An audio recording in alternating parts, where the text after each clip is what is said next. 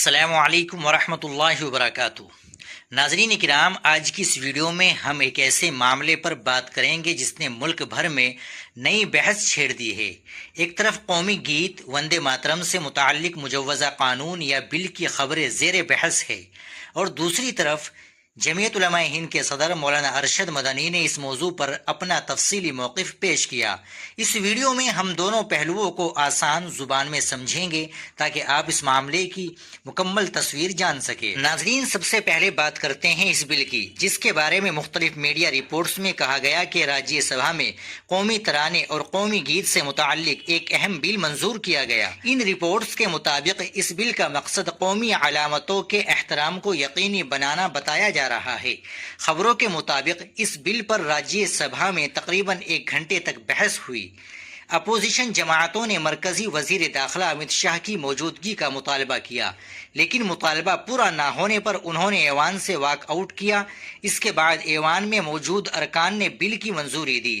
Reports کے مطابق اس بل میں تجویز دی گئی کہ اگر کوئی شخص جان بوجھ کر قومی ترانے جن گن من یا قومی گیت وندے ماترم کے گائے جانے میں رکاوٹ ڈالے یا اسے روکنے کی کوشش کرے تو اس کے خلاف کارروائی کی جا سکتی ہے، جس میں 3 سال تک قید، جرمانہ یا دونوں شامل ہو سکتے ہیں۔ اس خبر کے سامنے آنے کے بعد ملک بھر میں مختلف آراء سامنے آنے لگی۔ حکومت اور بل کے حامیوں کا کہنا ہے کہ قومی علامتوں کا احترام ہر شہری کی ذمہ داری ہے اور ایسے قوانین قومی اتحاد کو مضبوط بناتے ہیں، لیکن دوسری طرف بعض مسلم تنظیموں، دینی اداروں اور آئینی ماہرین نے اس پر مختلف خدشات ظاہر کیے ہیں۔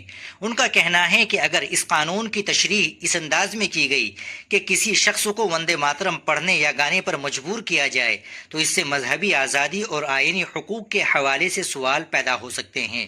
اب آتے ہیں جمعیت علماء ہند کے صدر مولانا ارشد مدنی کے بیان کی طرف۔ مولانا ارشد مدنی نے اپنے سوشل میڈیا بیان میں کہا کہ ان کے نزدیک مجوزہ وندے ماترم بل آئین ہند میں دی گئی مذہبی آزادی کے اصولوں سے مطابقت نہیں رکھتا۔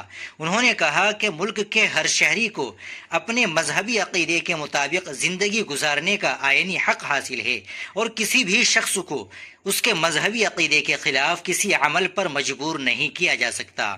مولانا مدنی نے واضح کیا کہ مسلمانوں کو وطن سے محبت ہے اور وندے ماترم کے نام یا اس کے احترام سے کوئی ذاتی دشمنی نہیں، لیکن ان کے مطابق گیت کے بعض اشعار اسلامی عقیدہ توحید سے مطابقت نہیں رکھتے۔ انہوں نے کہا کہ اسلام کی بنیادی تعلیم یہ ہے کہ عبادت صرف اللہ تعالیٰ کی جاتی ہے۔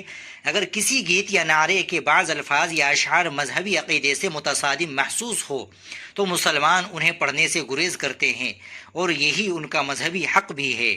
مولانا ارشد مدنی نے اپنے بیان میں آئین ہند کے آرٹیکل 25 کا حوالہ دیتے ہوئے کہا کہ یہ ہر شہری کو مذہبی آزادی دیتا ہے، یعنی ہر شخص اپنے مذہب پر عمل کر سکتا ہے۔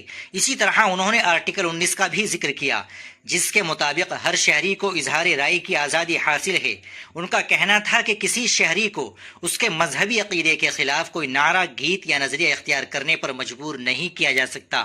مولانا مدنی نے اپنے بیان میں یہ بھی کہا کہ اس وقت ملک کے سامنے بے روزگاری، مہنگائی، کسانوں کے مسائل، معاشی مشکلات اور نوجوانوں کے مستقبل جیسے اہم چیلنجز موجود ہیں۔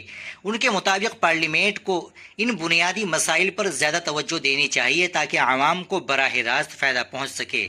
دوسری طرف حکومت اور اس بل کے حامیوں کا موقف مختلف ہے۔ ان کا کہنا ہے کہ وندے ماترم آزادی کی تحریک سے وابستہ ایک تاریخی قومی گیت ہے اور اس کا احترام ہر شہری کو کرنا چاہیے۔ ان کے مطابق اس قانون کا مقصد کسی مذہب یا برادری کو نشانہ بنانا نہیں، بلکہ قومی علامتوں کے وقار کو برقرار رکھنا ہے۔